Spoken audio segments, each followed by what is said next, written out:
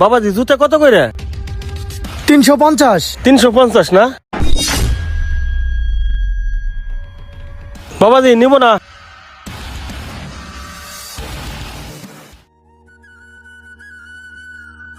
I Munna, আরে চাস্তু ভাই, কি অবস্থা? কি লাগবে?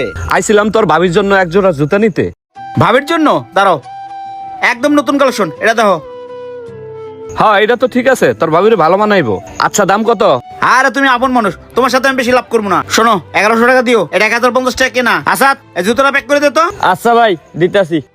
প্যাক করা লাগবে না। আরে থামো, কি 1150 টাকা চাইতেছো? এই সেম জুতা ওই যে ফুটপাতের মধ্যে ব্যস্ত আছে 300 টাকা করে, আর তুমি আপন মানুষ হয়ে 1150 টাকা দাম চাও? এটা কোনো কথা? আপন মানুষের সাথে এত টাকা ব্যবসা করে নাকি? কি কও, ফুটপাতে এই জুতা? হ্যাঁ, এই সেম টু সেম এই জুতা। সেম?